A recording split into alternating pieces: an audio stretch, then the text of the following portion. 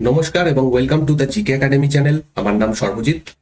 Class 9 জিওগ্রাফির যে সিরিজটা আমি চালু করেছিলাম সেখানে অলরেডি আমি দুটো ক্লাস তৈরি করেছি। আজকে 3 নম্বর ক্লাসে যেটা আমরা আলোচনা করব সেটা হচ্ছে পৃথিবীর গতি সম্পর্কে। পৃথিবীর দুটো গতি রয়েছে, একটা হচ্ছে আবর্তন গতি এবং সেকেন্ড হচ্ছে পরিক্রমণ গতি। তার মধ্যে আজকে আমরা আবর্তন গতি সম্পর্কে জানবো, এই আবর্তন গতি ব্যাপারটা কি এবং এই আবর্তন গতির প্রভাব আমরা কিভাবে লক্ষ্য করতে পারি এই সম্পর্কে আলোচনা করব। এবং নেক্সট ক্লাসে আমরা পরিক্রমণ গতি সম্পর্কে আলোচনা করব। তো তোমরা যদি ক্লাস 9-এ যে সিলেবাস রয়েছে সেই অনুযায়ী এই ক্লাসগুলো দেখতে চাও এবং আগের ক্লাসগুলো যদি না দেখে থাকো, এই চ্যানেলের প্লেলিস্টে চলে যাও। ভূগোল এবং পরিবেশ ক্লাস 9 বলে একটা প্লেলিস্ট করা রয়েছে নিচে ডেসক্রিপশনে, এবং উপরে আই বাটনে আমি এই প্লেলিস্টটা দিয়ে দেবো। সেখান থেকে তোমাদের এটা খুঁজে পেতে সুবিধা হবে। আর এই ক্লাসগুলো অবশ্যই দেখো। তোমাদের যদি এই ক্লাসগুলো ভালো লাগে প্লিজ লাইক এবং শেয়ার করো। চ্যানেলে যদি নতুন হও প্লিজ সাবস্ক্রাইব করে নাও। তোমাদের লাইক এবং শেয়ার আমায় মোটিভেট করে নতুন ভিডিও বানানোর জন্য। সো প্লিজ লাইক এবং শেয়ার করো, এবং যদি অবশ্যই তোমাদের কোনো কোশ্চেন থাকে বা কিছু বলার থাকে নিচে কমেন্ট করতে পারো। আমার main channel the GK academy যদি তোমরা না দেখে থাকো অবশ্যই একবার দেখতে পারো। এখানেও আমি রেগুলার ভিডিও আপলোড করি। তো চলো শুরু করবো আজকের টপিক, সেটা হচ্ছে পৃথিবীর গতি। পৃথিবীর গতির সম্পর্কে যে দুটো গতি রয়েছে সেই সম্পর্কে ধারণা নেওয়ার আগে আমরা বেসিক কিছু কল্পনা করে নেবো, যেগুলো আমরা প্রতিনিয়ত আমাদের চোখের সামনে দেখতে পাই, কিন্তু সেটা দিয়ে আমরা আজকের ক্লাসটা শুরু করব।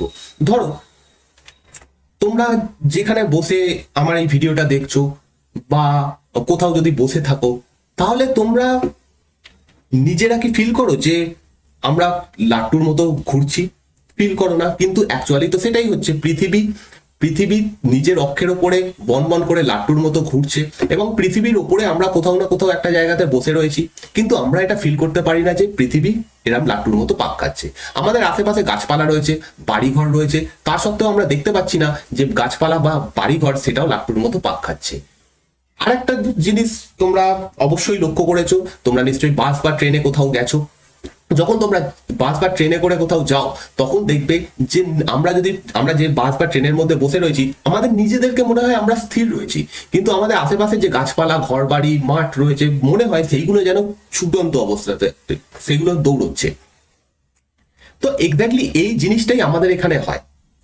আমরা পৃথিবীর উপর বসে রয়েছি, কিন্তু আমরা নিজেরা যে পাক খাচ্ছি সেটা বুঝতে পারছি না, কারণ আমাদের সাথে সাথে আমাদের চারপাশে যে সমস্ত জিনিসগুলো রয়েছে, গাছপালা, ঘর বাড়ি ইত্যাদি সবই সেম ভাবে পাক খাচ্ছে। সেই কারণে আমাদের মনে হয় যে আমরা স্থির অবস্থায় রয়েছি, কিন্তু আদতেও সেটা নয়। আমরা যদি মহাকাশে গিয়ে দেখি তাহলে দেখবো পৃথিবী লাট্টুর মতো পাক খাচ্ছে। এবার পৃথিবী যে এরকম লাট্টুর মতো পাক খাচ্ছে সেই জিনিসটা আমরা উপলব্ধি করি। কিভাবে উপলব্ধি করি? আমরা দেখি প্রতিদিন যে সূর্য পূর্ব দিকে উঠছে এবং পশ্চিম দিকে অস্ত যাচ্ছে, পূর্ব দিকে উঠে পশ্চিম দিকে অস্ত যাচ্ছে। কিন্তু তোমরা ঠিক এর আগের ক্লাসেই পড়ে এসছো যে সূর্য কোথাও যাচ্ছে না, সূর্য স্থির অবস্থায় রয়েছে। কিন্তু আমরা এটা কেন দেখতে পাই? আমাদের কেন মনে হয় যে সূর্য আমাদের চারিদিকে প্রদক্ষিণ করছে? সূর্য কেন পূর্ব দিক থেকে পশ্চিম দিকে যাচ্ছে? তার কারণ আমরা পৃথিবীর ওপর রয়েছে, পৃথিবী পাক খাচ্ছে। যেমন ভাবে ট্রেনের মধ্যে বসে থাকলে আমরা দেখি যে গাছপালাগুলো দৌড়চ্ছে, তেমনি ভাবে এদিকে অন্যদিকে আমরা এটা তো জানি যে গাছপালা স্থির অবস্থায় রয়েছে। সেম জিনিসটা পৃথিবীর ক্ষেত্রে হয়। পৃথিবী যেহেতু সচল অবস্থায় রয়েছে, সেই জন্য আমাদের দেখে মনে হয় যে সূর্য পূর্ব দিক থেকে পশ্চিম দিকে যাচ্ছে, কিন্তু ঠিক তার উল্টো ব্যাপারটা হয়। এবার পৃথিবীর এই যে ব্যাপারটা, পৃথিবী প্রথম কথা এখানে যে নিচের ছবিটাতে চলে আসো, ছবিটাতে দেখানো হচ্ছে যে পৃথিবী এইভাবে প্রদক্ষিণ করছে নিজের অক্ষের চারিদিকে। অক্ষ ব্যাপারটা কি একটু পরে আলোচনা করছি। তার আগে এই জিনিসটা বোঝো যে পৃথিবী এরকম ভাবে নিজের চারিদিকে প্রদক্ষিণ করছে। এদিকটা হচ্ছে পশ্চিম, এদিকটা পূর্ব। তো পশ্চিম থেকে পূর্ব দিকে প্রদক্ষিণ করছে। অন্যদিকে পৃথিবী আবার সূর্যের চারিদিকে, পৃথিবী সহ সমস্ত গ্রহ সূর্যের চারিদিকে প্রদক্ষিণ করছে। পৃথিবী এইরকম কক্ষপথে প্রদক্ষিণ করছে। তো অ্যাকচুয়ালি পৃথিবীর দুটো গতি রয়েছে।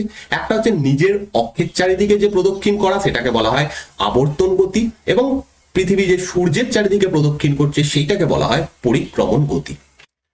প্রাচীনকালে যখন মানুষ জানতো না এত কিছু সম্পর্কে, তারা পৃথিবীর বাইরে কোনোদিন যায়নি, তখন তারা মনে করত যে পৃথিবী স্থির এবং সূর্য সহ অন্যান্য সমস্ত মহাজাগতিক বস্তু পৃথিবীকে কেন্দ্র করে প্রদক্ষিণ করছে।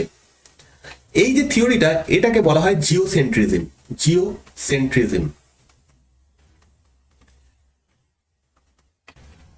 টলেমি বলে একজন ব্যক্তি ছিলেন, টলেমি। এই টলেমি প্রথমবার বলেছিলেন যে এরকম একটা ব্যাপার হয়, পৃথিবী স্থির অবস্থায় রয়েছে এবং সূর্য চারিদিকে প্রদক্ষিণ করছে। যেমন ভাবে আমরা দেখি, নর্মালি আমরা দেখে এটাই মনে হয় যে সূর্য, আমাদের কথায় কথায় এটাই বেরোয় যে সূর্য পূর্ব দিকে ওঠে, পশ্চিম দিকে অস্ত যায়। তখনকার মানুষও এটাই ভাবতেন এবং টলেমি এই থিওরিটা দেন, জিওসেন্ট্রিজম। কিন্তু পরবর্তীকালে কোপার্নিকাস বলে একজন দার্শনিক আছেন, যিনি এই থিওরিটার বিরুদ্ধে কথা বলেন। কোপার্নিকাস বলেন যে না, সূর্য স্থির অবস্থায় রয়েছে এবং পৃথিবী সহ সমস্ত গ্রহ সূর্যকে প্রদক্ষিণ করছে। এই যে থিওরিটা, সেটাকে বলা হয় হেলিওসেন্ট্রিজম এবং এইটা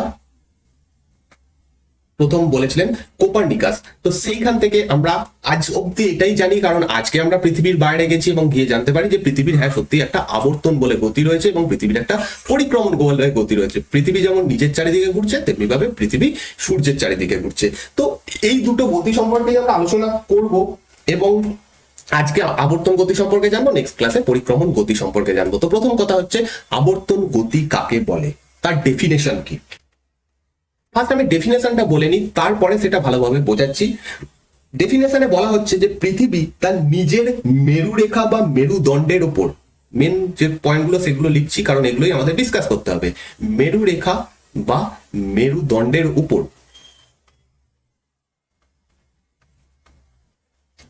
একটি নির্দিষ্ট গতিতে পশ্চিম থেকে পূর্ব দিকে ঘুরে চলেছে, অবিরাম ঘুরে চলেছে।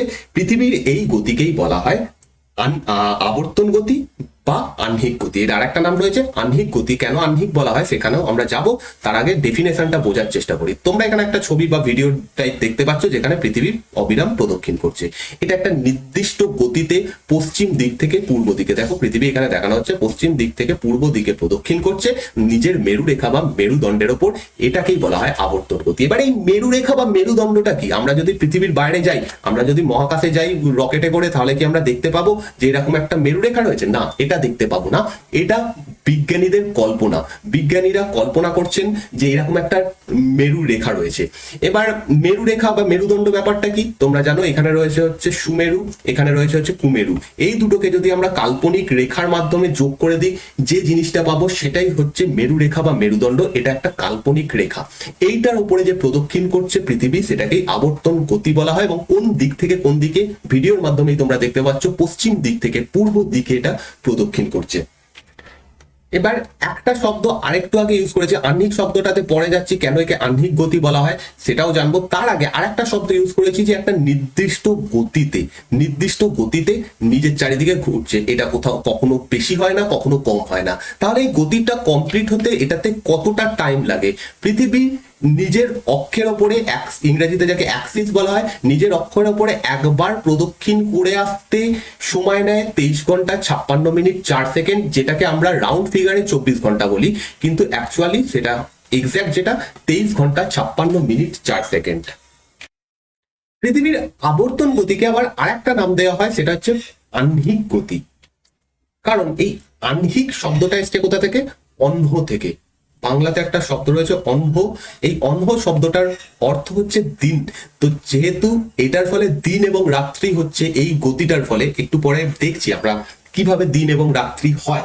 তো যেহেতু এটার মাধ্যমে দিন এবং রাত্রি সংগঠিত হয়, সেই জন্য এটার আরেকটা নাম দেওয়া হয়েছে অহ্ন। সেইখান থেকে এই গতিটার আরেক নাম হচ্ছে আহ্নিক গতি। এবং আহ্নিক গতির সময় 23 ঘন্টা 56 মিনিট এবং 4 সেকেন্ড।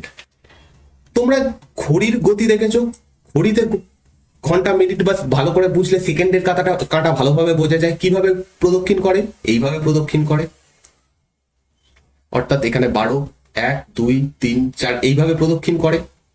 পৃথিবীর যে গতি, আহ্নিক গতি বা আবর্তন গতি, সেইটা ঠিক তার উল্টো। তাই জন্য কোশ্চেন করা হয় পৃথিবীর যে আবর্তন গতি সেটা পৃথিবীর ঘড়ির কাঁটার বিপরীতে না ঘড়ির কাঁটার মতো হয়।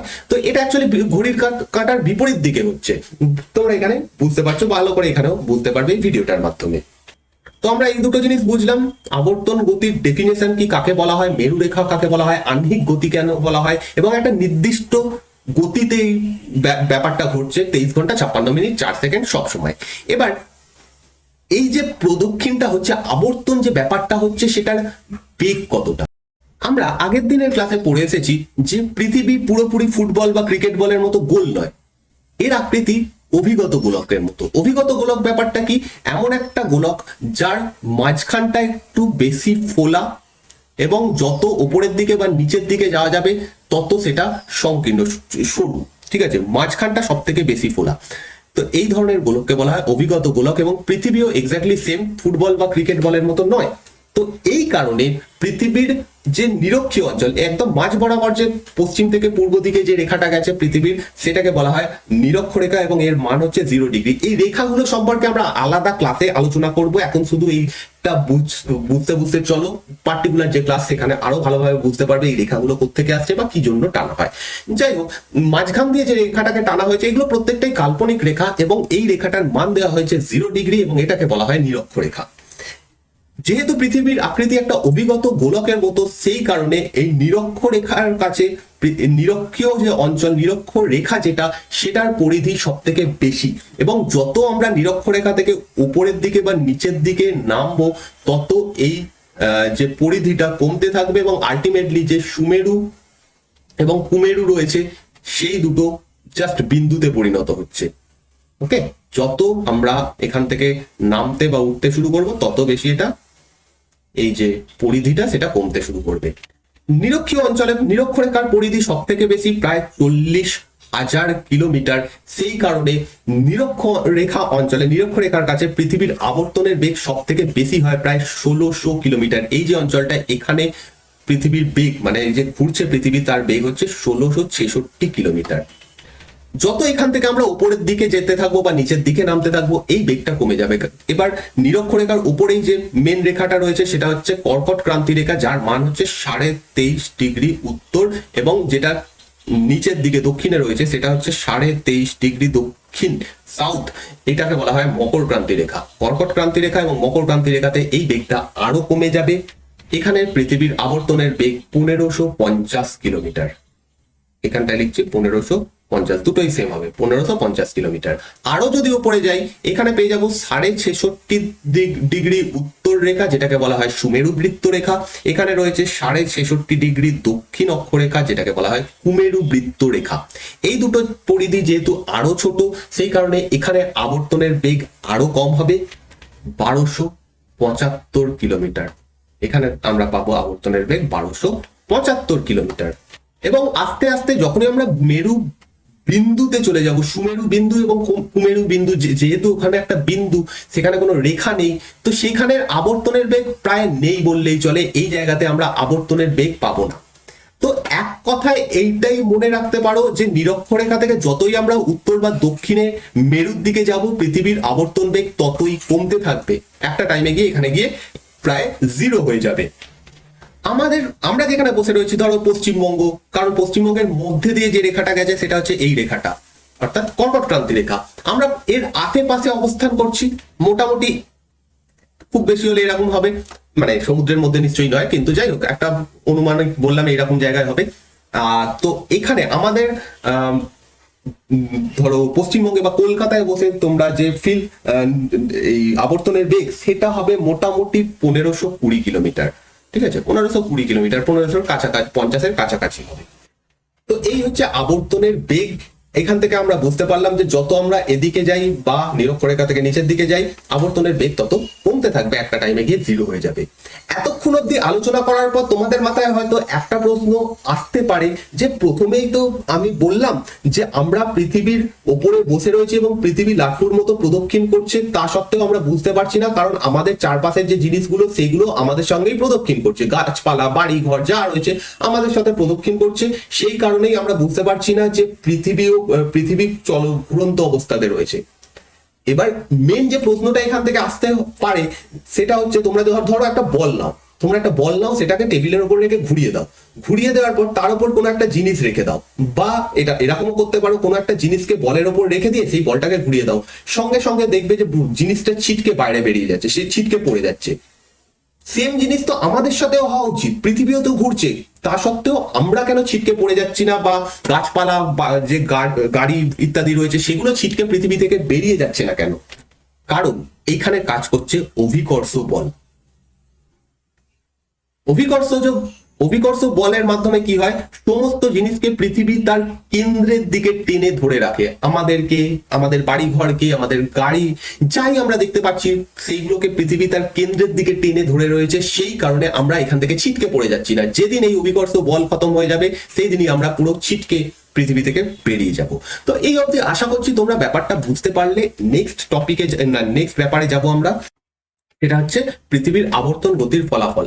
এইখানে যাওয়ার আগে আমি একটা পরীক্ষার কথা বলবো। একজন বিজ্ঞানী ছিলেন যার নাম হচ্ছে ফুকো। তার নাম হচ্ছে ফুকো। এই ফুকো বলে যিনি বিজ্ঞানী, তিনি 1851 সালে একটা পরীক্ষা করেন এবং এই পরীক্ষার মাধ্যমে এইটা বোঝান যে পৃথিবী পশ্চিম থেকে পূর্ব দিকে প্রদক্ষিণ করছে। আমরা এই জিনিসটা কিভাবে বুঝতে পারবো? একমাত্র বুঝতে পারবো আমরা যদি পৃথিবী থেকে বাইরে যাই, মহাকাশযানে করে বাইরে গিয়ে দেখতে পাই যে পৃথিবী ঘুরছে, তাহলে বুঝে যাবো যে হ্যাঁ ঠিক আছে। কিন্তু এটা তো আমরা সবাই করতে পারছি না। পৃথিবীর বুকে বসে, সেই সময় 1851 সালে অতটাও টেকনোলজি ছিল না, তো পৃথিবীর বুকে বসে ফুকো একটা পরীক্ষা করেন এবং এটার মাধ্যমে বোঝান যে পৃথিবী পশ্চিম থেকে পূর্ব দিকে প্রদক্ষিণ করছে। যাই হোক, ইনি একজন ফরাসি বিজ্ঞানী ছিলেন। এনার পুরো নাম ছিল লিও ফুকো। ইনি কি করেন, প্যারিসে, ফ্রান্সের রাজধানী প্যারিসে একটা গির্জার মাথা থেকে একটা সরু তার ঝুলিয়ে দেন, ইস্পাতের একটা তার ঝুলিয়ে দেন মাটি অব্দি।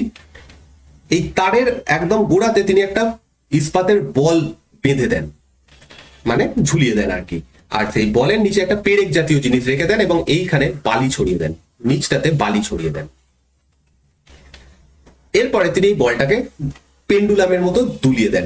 এরপরে যেটা দেখা যায় যে বালির ওপর যে রেখাগুলো পড়ছে সেটা ধীরে ধীরে পশ্চিম থেকে পূর্ব দিকে সরে যাচ্ছে।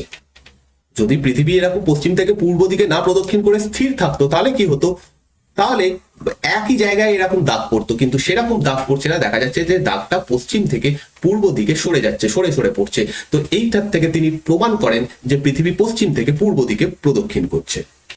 তো এই পরীক্ষাটার কথা মাথায় রাখতে পারো। এবার আমরা যে জায়গাতে যাব সেটা হচ্ছে পৃথিবীর যে আবর্তন গতি, এর ফলাফল কি, এর ফলে কি কি হয়, এর ফলে কি কি হয়। প্রথম সব থেকে ইম্পর্টেন্ট যে জিনিসটা হয় সেটা হচ্ছে দিন রাত্রি। এই প্রত্যেকটা জিনিস আমরা আলোচনা করব কিভাবে হয়। দিন রাত্রি যে সংঘটিত হচ্ছে আমরা দেখি, সেটা আবর্তন গতির ফলে হয়। তো ফার্স্টে এইভাবে শুরু করা যাক যে আবর্তনের ফলে দিন রাত্রি কিভাবে হয়। এটা বোঝার জন্য তোমরা নিজেরাই একটা পরীক্ষা করতে পারো। একটা অন্ধকার ঘরে যাও, একটা গ্লোব নাও, গ্লোব না থাকলে একটা ফুটবল নাও, ফুটবলের সামনে একটা মোমবাতি জ্বালিয়ে দাও। এর ফলে কি দেখা যাবে, এর ফলে দেখা যাবে যে যেদিকে মোমবাতিটা বা আলোটা রাখা রয়েছে সেই দিকটাতেই বলটা আলোকিত হয়ে রয়েছে এবং যে দিকটাতেই আলোটা পড়েনি সেই দিকটা অন্ধকার হয়ে রয়েছে। তো যেদিকে অন্ধকার হয়ে রয়েছে সেটাই অ্যাকচুয়ালি দিন রাত্রি, যেদিকে আলো পড়েছে সেটা দিন। যেহেতু পৃথিবীর নিজস্ব কোনো আলো নেই, সূর্যের আলোতে আলোকিত হয়। এই জিনিসটাই যদি আমরা বড় করে পৃথিবী এবং সূর্যের মাধ্যমে ভাবি তাহলে সেম জিনিস পাবো। পৃথিবীর যে অংশটা ঘুরছে, তো পৃথিবী তো এরকম ঘুরছে, ঘুরতে ঘুরতে সূর্য এক জায়গায় স্থির রয়েছে, ঘুরতে ঘুরতে পৃথিবীর যে অংশটা সূর্যের সামনে আসছে সেই জায়গাতে হয় দিন, অপর উল্টো দিকটায় হয় রাত্রি। আবার এই রাত্রি অংশটা যখনই ঘুরে এই সূর্যের সামনে আসবে সেই জায়গাতে দিন হবে।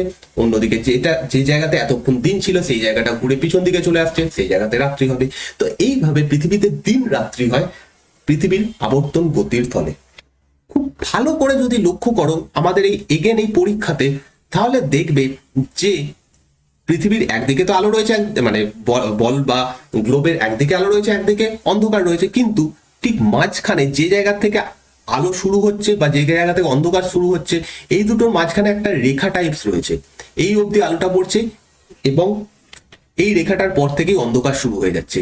এই যে রেখাটা পড়ে সেটাকে ছায়াবৃত্ত বলা হয়, ছায়াবৃত্ত বলা হয়। তো ছায়াবৃত্তের যদি ডেফিনেশন দিতে হয় তাহলে কি বলবো, ছায়াবৃত্ত হলো এমন একটা কাল্পনিক রেখা, এটা একটা কাল্পনিক রেখা, আমরা টানছি না।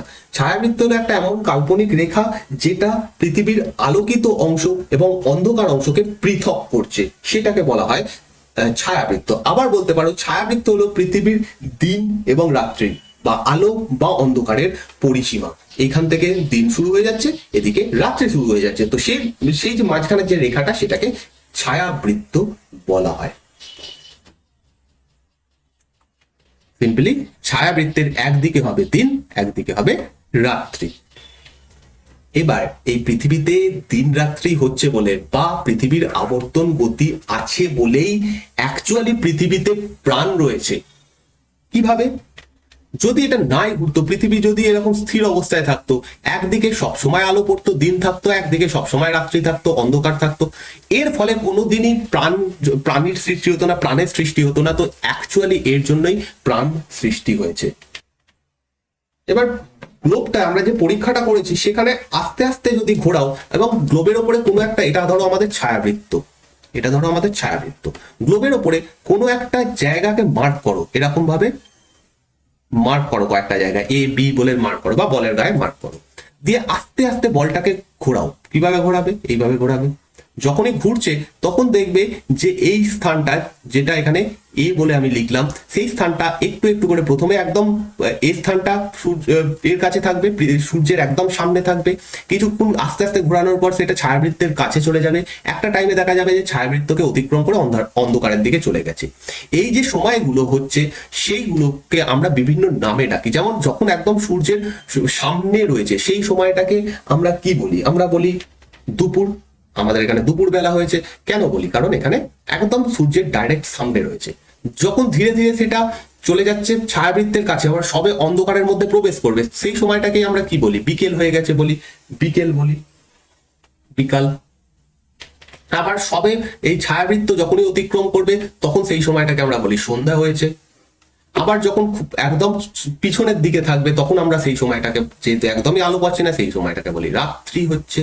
আবার যেটা ঘুরে যখন আলোর দিকে ফিরবে, সবে আলোর মুখে পড়ছে, সেই সময়টাকে বলি প্রভাত, ভোরবেলা হচ্ছে। তো এইরকম নাম দিচ্ছি। এবং বাংলাতে দুটো শব্দ রয়েছে, উষা এবং গোধূলি।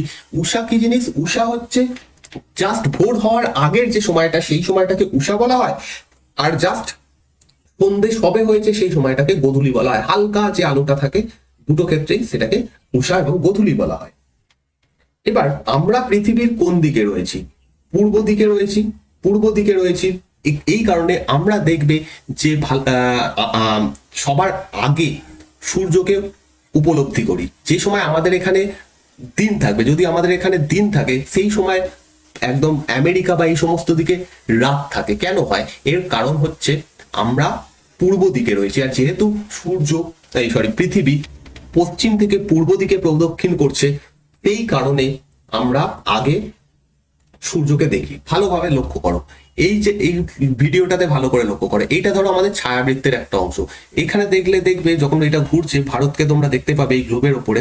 এক মিনিট, এটা যখন সামনে আসবে, এইটা হচ্ছে ভারত, যেটা ঘুরে গেল। দেখো, ভালো করে দেখো, ভারত এখন রাতের দিকে রয়েছে, আস্তে আস্তে আসছে, এখনো এসে পৌঁছয়নি। এইবার এসে দেখো সূর্যের দিকে এলো, তখনও পর্যন্ত আমেরিকা পিছনে। তো এই কারণে আমরা যে পূর্বের দিকের যে দেশগুলো, সেগুলো পশ্চিমের দিকের যে দেশগুলো রয়েছে তার থেকে আগে সূর্যকেও দেখতে পাই। ঠিক আছে? নেক্সট যেটা প্রভাব আমরা আবর্তন গতির ফলে দেখতে পাই সেটা হচ্ছে বায়ু প্রবাহ ও সমুদ্র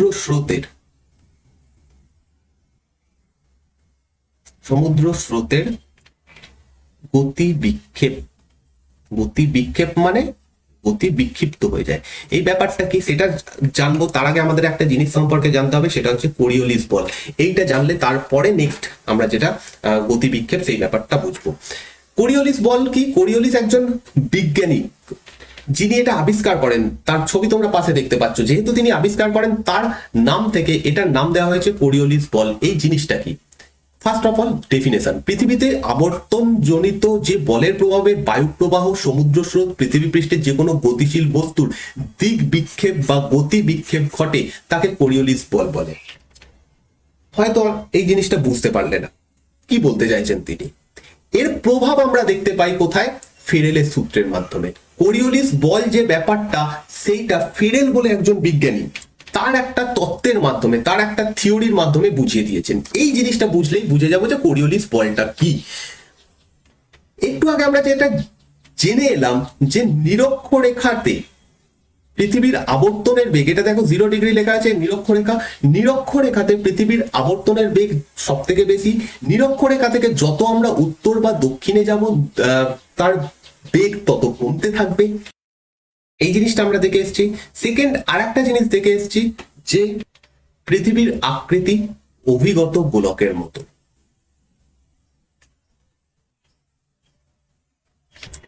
এই দুটো কারণে বায়ু প্রবাহ হোক বা সমুদ্র স্রোত সমস্ত কিছু পৃথিবীর উত্তর গোলার্ধে, এটা হচ্ছে উত্তর গোলার্ধ, এটা হচ্ছে দক্ষিণ গোলার্ধ, পৃথিবীর উত্তর গোলার্ধে ডান দিকে বেঁকে যায় এবং দক্ষিণ গোলার্ধে সেটাই বাঁ দিকে বেঁকে যায়। অর্থাৎ যদি পৃথিবী স্থির থাকতো, একদম স্থির অবস্থায় থাকতো, তাহলে কোরিওলিস বল থাকতো না। কোরিওলিস বল যদি না থাকতো তাহলে কি হতো, উত্তর গোলার্ধে যদি বায়ু প্রবাহ হয়, এটা একটু বেঁকে গেল, উত্তর গোলার্ধে যদি বায়ু প্রবাহ হয় তাহলে এটা এরকম সোজাভাবে যেত, ধরো এখান থেকে এটা এরকম সোজাভাবে যেত, সেটাই আমি বাইরে এখানে আঁকছি। উত্তর গোলার্ধে এরকম সোজাভাবে যেত, দক্ষিণ গোলার্ধ যেটা এইটার মাঝখান, এইটা হচ্ছে দক্ষিণ গোলার্ধ, এটা হচ্ছে উত্তর গোলার্ধ, দক্ষিণ গোলার্ধে সেটাই এরকম সোজাভাবে যেত। কিন্তু সেটা হচ্ছে না, কি হচ্ছে, উত্তর গোলার্ধে ডান দিকে বেঁকে যাচ্ছে, অর্থাৎ এইরকম চলে যাচ্ছে। ওকে, ডান দিকে বেঁকে প্রবাহিত হয়, দক্ষিণ গোলার্ধে সেম জিনিসটাই বাঁ দিকে বেঁকে প্রবাহিত হয়। দেখো দক্ষিণ গোলার্ধে বাঁ দিক কোনটা হচ্ছে তোমার, এটা হচ্ছে লেফট, তাহলে বাঁ দিকে বেঁকে প্রবাহিত হয়। তো সেই জন্যই এখানে যে রেখাগুলো দেখানো হয়েছে দেখো, সেইগুলো ডান দিকে বা বাঁ দিকে বেঁকিয়ে দেখানো হয়েছে। ভালো করে লক্ষ্য করো যে এটা হচ্ছে উত্তর গোলার্ধ, উত্তর গোলার্ধে যে বায়ুটা বা যে সমুদ্র স্রোতটা এইভাবে এই দিকে প্রবাহিত হচ্ছে সেটা সোজাসুজি না গিয়ে ডান দিকে বেঁকে যাচ্ছে, এটা হচ্ছে রাইট, এটা হচ্ছে লেফট, ডান দিকে বেঁকে যাচ্ছে। তেমনি ভাবে যদি এরকম ভাবে কোনো বায়ু বা সমুদ্র স্রোত প্রবাহিত হয় তাহলে সেটা দেখো ডান দিকে বেঁকে যাচ্ছে, ঠিক আছে, ডান দিকে বেঁকে যাচ্ছে। তেমনি ভাবে যদি দক্ষিণ গোলার্ধে কোনো বায়ু বা সমুদ্র স্রোত এইভাবে প্রবাহিত হয় সেটা বাঁ দিকে বেঁকে যাবে, তোমার এটা লেফট হচ্ছে, এটা রাইট হচ্ছে, বাঁ দিকে বেঁকে যাচ্ছে। বা যদি নিচের দিকে কোনো বায়ু প্রবাহ হয় বা সমুদ্র স্রোত প্রবাহিত হয় সেটা বাঁ দিকে বেঁকে যাচ্ছে, ঠিক আছে। তো দক্ষিণ গোলার্ধে সমস্ত কিছু লেফট অর্থাৎ বাঁ দিকে বেঁকে যাবে, এবং উত্তর গোলার্ধে সমস্ত কিছু মানে সমুদ্র স্রোত বা বায়ু প্রবাহ এইগুলো বাঁ দিকে বেঁকে যাবে, সরি ডান দিকে বেঁকে যাবে। এই জিনিসটা যেন মনে থাকে। তো এটাই হচ্ছে ফেরেলের সূত্র। বেসিক্যালি এই যে বেঁকে যাওয়ার যে প্রভাবটা সেটা কিসের মাধ্যমে হচ্ছে, কোরিওলিস বলের মাধ্যমে হচ্ছে, সেটাই ফেরেল এইটার এইভাবে প্রমাণ করে দেন ফেরেলের সূত্রের মাধ্যমে। তো এই কোরিওলিস বলটা আসছে কোত্থেকে, সেটা আসছে পৃথিবীর আবর্তন গতির জন্য। নেক্সট যে প্রভাবটা পড়ে আবর্তন গতির যে ফলাফল আমরা দেখতে পাই সেটা হচ্ছে জোয়ার ভাটা। এটার জন্য আলাদা ছবির দরকার নেই, আমি ছবি এঁকে বুঝিয়ে দিচ্ছি জোয়ার ভাটা কি জন্য কিভাবে হচ্ছে। এখানে একটা সুন্দর ছবি আছে, সেখান থেকেই বোঝা যাবে, এখান থেকেই বোঝা যাবে। আচ্ছা, জোয়ার ভাটা কিসের কারণে হয়? সূর্য আমাদের থেকে অনেক দূরে অবস্থিত, সূর্যর টান পৃথিবীতে যত না বেশি রয়েছে তার থেকেও বেশি রয়েছে হচ্ছে চাঁদ। যেহেতু চাঁদ খুব কাছে অবস্থিত, চাঁদের প্রভাবে বেসিক্যালি জোয়ার ভাটা ইত্যাদি হয়। এবার জোয়ার ভাটা কি করে হচ্ছে, যদি পৃথিবী এক জায়গায় স্থির থাকতো, পৃথিবীর ওপর যে জল রয়েছে সেটা সব সময় এরকম ভাবে চাঁদের দিকে টেনে থাকতো, ফুলে থাকতো, কারণ চাঁদ টানছে, চাঁদের একটা শক্তি রয়েছে, সেই শক্তির মাধ্যমে জোয়ার ভাটা আলাদা চ্যাপ্টার রয়েছে, সেখানে আরো ডিটেলসে আলোচনা করব। তো এইরকম ভাবে ফুলে থাকতো জল এই চাঁদের সামনের অংশটাতে। এবার জল এই ফুলে যে এক্সট্রা ফুলে আছে মানে কি, এখানে এক্সট্রা জল এসে গেছে। এই এক্সট্রা জলটা আসছে কোত্থেকে, পিছনের দিক থেকে আসছে, যেখানে চাঁদ নেই, যেখানে চাঁদের সামনে নেই সেইখান থেকে আসছে। তো সেখান থেকে যে জল এদিকে টেনে আসছে, তো এই জায়গাটাকেই জোয়ার বলা হয়। জোয়ার এদিকটাতে যেহেতু জল শূন্য, শূন্য একদম নয়, কমে গেছে, তো সেইটাকে ভাটা বলা হয়। এখানকার জলগুলো, এখানে যে জলগুলো ছিল সেগুলোই অ্যাকচুয়ালি চাঁদের দিকে রয়েছে যে জায়গাটা, সেখানে সামনে ফুলে রয়েছে, এবার এটাকে বলা হয় জোয়ার। এবার ভাটা, এটা যদি পৃথিবী প্রদক্ষিণ না করতো, এইভাবে স্থির অবস্থায় সব সময় থাকতো, তাহলে একই জায়গাতে জোয়ার হতো, একই জায়গাতে ভাটা হতো, কোনোদিনই উল্টো দিকের যে জায়গাগুলো সেই জায়গাগুলোতে কোনোদিনই জোয়ার হতো না। এবার যেহেতু পৃথিবী প্রদক্ষিণ করছে, যখনই যে অংশটা চাঁদের সামনে থাকছে সেই জায়গাটাতে জোয়ার হচ্ছে, উল্টো দিকে হচ্ছে ভাটা। আবার যখন এই জায়গাটা চাঁদের সামনে চলে আসছে ঘুরতে ঘুরতে, তখন এই জায়গাটাতে হয়ে যাচ্ছে জোয়ার, উল্টো দিকে হয়ে যাচ্ছে ভাটা। তো এইভাবে জোয়ার ভাটাও সংঘটিত হয় কিসের মাধ্যমে, পৃথিবীর আবর্তন গতির ফলে। এছাড়া তো বেসিক সূর্যোদয় সূর্যাস্ত এগুলো তো হয়েই থাকে, কেন হয় আমরা অলরেডি দেখে নিলাম, এই ছবিটার মাধ্যমেই বুঝে গেলাম। তো এইগুলো হচ্ছে পৃথিবীতে আবর্তন গতির ফলাফল। আচ্ছা, এখানে অনেক জিনিস লেখা রয়েছে যেটা আমরা ফেরেলের সূত্রে দেখলাম, লো প্রেসার, হাই প্রেসার, এইগুলো নিয়ে এখন মাথা ঘামাতে হবে না, এগুলো আমরা আস্তে আস্তে ডিসকাস করবো যখন টাইম আসবে এইগুলোর, তখন ভালোভাবে জানতে পারবে। এখন সমস্ত কিছু একসাথে বলতে গেলে ভিডিও অনেক বড় হয়ে যাবে এবং বুঝতেও অসুবিধা হবে। এবার নেক্সট যে জিনিসটা জানতে হবে সেটা হচ্ছে পৃথিবীর যে হেলানো অবস্থায় রয়েছে তার প্রভাব কি, তার গুরুত্ব কি। দেখো, পৃথিবী কিন্তু এরকম একদম সোজা অবস্থায় নেই, এটা আগের দিনই আমরা দেখেছি কতটা কত হেলে রয়েছে। যদি এরকম সোজা অবস্থায় থাকতো তাহলে এখানে নর্থ পোল হতো এই বিন্দুটাতে, এবং এই বিন্দুটাতে সাউথ পোল অর্থাৎ দক্ষিণ মেরু হতো, এখানে উত্তর মেরু হতো। কিন্তু এরকম নেই, অ্যাকচুয়ালি নর্থ পোল এইখানটাতে রয়েছে, সাউথ পোল এইখানটাতে রয়েছে, অর্থাৎ মূল লম্বভাবে যদি একটা রেখা টানি সেখান থেকে 23.5 ডিগ্রি কোণে হেলে রয়েছে। এখানে দেখো দেখানো হচ্ছে 23.5 ডিগ্রি কোণে হেলে রয়েছে পৃথিবী। তার ফলে কি হচ্ছে, যদি সোজা থাকতো তাহলে এরকম হতো নিরক্ষরেখা, এখানে হতো কর্কট ক্রান্তি রেখা, এখানে হতো সুমেরু বৃত্ত রেখা, এখানে হতো মকর ক্রান্তি রেখা, এখানে কুমেরু বৃত্ত রেখা। সেটা এরকম না হয়ে দেখো এরকম বেঁকে রয়েছে। ট্রপিক অফ ক্যান্সার মানে হচ্ছে মকর ক্রান্তি রেখা, এখানে রয়েছে হচ্ছে ইকুয়েটর অর্থাৎ হচ্ছে কর্কট ক্রান্তি রেখা, এই সরি নিরক্ষরেখা, এখানে রয়েছে হচ্ছে মকর ক্রান্তি রেখা, এরকম একটু বেঁকে রয়েছে। এইবার এই সমস্ত মুছে দিয়ে আমরা এখানে বসিয়ে দিই সূর্যকে। এখানে ধরো রয়েছে সূর্য, ওকে, মানে সূর্য অনেক বড়, তাও বোঝার জন্য এটা সূর্য। সূর্যের আলো এখানে পড়ছে পৃথিবীর উপরে। পৃথিবীর উপরে পড়লে কি হবে, সূর্য তো জানে না যে পৃথিবী একটু বেঁকে রয়েছে। তার ফলে কি হচ্ছে, আমাদের যে ছায়াবৃত্তটা দেখলাম সেটা তো এরকমই হবে, ছায়াবৃত্তটা তো এরকম হবে। ছায়াবৃত্ত জানে না যে পৃথিবী বেঁকে রয়েছে, কর্কট ক্রান্তি রেখা বেঁকে রয়েছে, এইসব জানে না। ছায়াবৃত্ত এরকম হবে, অর্থাৎ এইদিকে রাত মানে অন্ধকার, এদিকে হচ্ছে দিন। কিন্তু যদি সূর্য পৃথিবী বেঁকে এরকম না থাকতো তাহলে কি হতো, এরকমই হতো, প্রায় সোজা এরকম সোজাই ধরে নাও, এটা আঁকতে একটু ভুল হয়েছে। এখানে নর্থ পোল হতো, এখানে হচ্ছে উত্তর গোলার্ধ, এখানে হতো দক্ষিণ গোলার্ধ। ছায়াবৃত্তটাও এরকম হতো, সেম হতো। পুরো নর্থ পোল থেকে সাউথ পোল পুরো জায়গাটাতেই আলো হতো, পুরো এই দিকটাতেই অন্ধকার হতো। সেরকম হচ্ছে না, দেখো নর্থ পোল কোথায় পড়ছে, ছায়াবৃত্তের ভেতরে পড়ছে। সাউথ পোল কোথায় পড়ছে, দেখো ছায়াবৃত্তের বাইরে পড়ছে। এর ফলে কি হচ্ছে, এর ফলে পৃথিবীর কোনো কোনো জায়গাতেই হেলে অবস্থান করার ফলে পৃথিবীর কোনো জায়গাতে দিন বড় হয় আর রাত ছোট হয়। আমাদের এই ছবিতে তোমরা কি দেখতে পাচ্ছ, একটু ভালো একটু মুছে নিই 1 মিনিট, এই যে জিনিসগুলো করেছি সেগুলো মুছে নিই, ব্যাস। আমাদের এটা হচ্ছে ইকুয়েটর, কালারটাও চেঞ্জ করে নিই সুবিধা হবে। এইটা হচ্ছে আমাদের নিরক্ষরেখা, এই যে রেখাটা বেঁকে আছে, নিরক্ষরেখার উত্তরে আমরা জানি উত্তর গোলার্ধ, এদিকে একটা জানি আমরা দক্ষিণ গোলার্ধ, সাউথ নর্থ উত্তর গোলার্ধ, যেখানে লেখা রয়েছে সাউথ হচ্ছে দক্ষিণ গোলার্ধ। ভালো করে দেখলে ভালো করে লক্ষ্য করলে দেখতে পাবে উত্তর গোলার্ধের বেশি অংশটা, এই আমাদের ছবি অনুযায়ী উত্তর গোলার্ধের বেশি অংশটা সূর্যের দিকে রয়েছে, তাই তো, অল্পটুকু অংশ অন্ধকারের দিকে রয়েছে। যখন পৃথিবীর এই উত্তর গোলার্ধ সূর্যের দিকে বেশি হেলে থাকে বা সূর্যের দিকে যদি বেশি ঝুঁকে থাকে, তখন উত্তর গোলার্ধে দিনগুলো বড় হয়, রাতগুলো ছোট হয়। ঠিক উল্টো দিকটা হবে, উল্টো ব্যাপারটা হবে দক্ষিণ গোলার্ধে। দক্ষিণ গোলার্ধে রাত বড় হবে, দিন ছোট হবে, কারণ দক্ষিণ গোলার্ধের বেশিরভাগ অংশটা কোথায় রয়েছে, অন্ধকারের দিকে রয়েছে। তো তার ফলে দক্ষিণ গোলার্ধে রাত বড় হবে, দিন ছোট হবে। এবার যেহেতু দিন বড় হচ্ছে উত্তর গোলার্ধে, তার ফলে কি হবে, সূর্যের তাপও উত্তর গোলার্ধ বেশি সময় ধরে পাবে। যেহেতু বেশি সময় ধরে পাবে, সেই জন্য উত্তর গোলার্ধে কি হচ্ছে, এই সময় গ্রীষ্মকাল হবে। আবার যেখানে রাত বড় হচ্ছে দক্ষিণ গোলার্ধে, সেখানে কি হবে, স্বাভাবিকভাবে সেখানে সূর্যের আলো কম সময় ধরে পাবে, দিন ছোট যেহেতু, সেই জন্য সেখানে শীতকাল হবে, শীতকাল হবে। এবার পৃথিবী তো এরকম ভাবে সূর্যকে চারিদিকে প্রদক্ষিণ করছে, প্রদক্ষিণ করতে করতে একটা টাইম আসে এই ব্যাপারটা ঠিক উল্টো হয়ে যায়। দক্ষিণ গোলার্ধটা সূর্যের দিকে বেশিক্ষণ হেলে থাকে এবং উত্তর গোলার্ধটা সূর্যের বিপরীত দিকে বেশি হেলে থাকে। যে জিনিসটা এখানে হচ্ছে ঠিক তার উল্টো ব্যাপারটা হবে। তখন স্বাভাবিকভাবে উত্তর গোলার্ধে হয়ে যাবে শীতকাল, দক্ষিণ গোলার্ধে হয়ে যাবে গ্রীষ্মকাল। এইভাবেই, এই কারণেই নর্থ পোল যে অংশটা তোমরা দেখতে পাচ্ছ একটা টাইমে সূর্যের আলোর মধ্যে থাকে, সেই কারণে নর্থ পোলে 6 মাস দিন এবং 6 মাস রাত্রি হয়।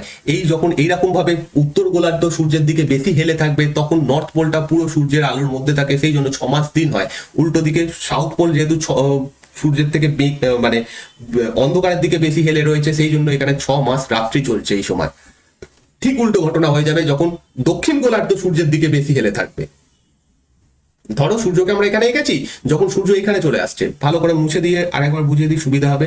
সূর্য যখন এইখানে এদিকে চলে রয়েছে, অর্থাৎ পৃথিবী তো এখানে, এটা হচ্ছে সূর্য, আগে উপরের ছবিটা দেখো, পৃথিবী এইভাবে প্রদক্ষিণ করছে। আগের যে ছবিটা ছিল তখন পৃথিবী এই জায়গাতে ছিল, যখন ঘুরতে ঘুরতে পৃথিবী কোথায় চলে আসবে, এইখানে চলে আসবে, অর্থাৎ আমাদের এই ছবিটার মতো হবে ব্যাপারটা। ওকে, তখন কি হবে, দক্ষিণ গোলার্ধটা সূর্যের দিকে হেলে রয়েছে, তখন সাউথ পোলে 6 মাস দিন হবে, নর্থ পোলে অর্থাৎ উত্তর মেরুবিন্দুতে সুমেরুতে 6 মাস রাত্রি হবে।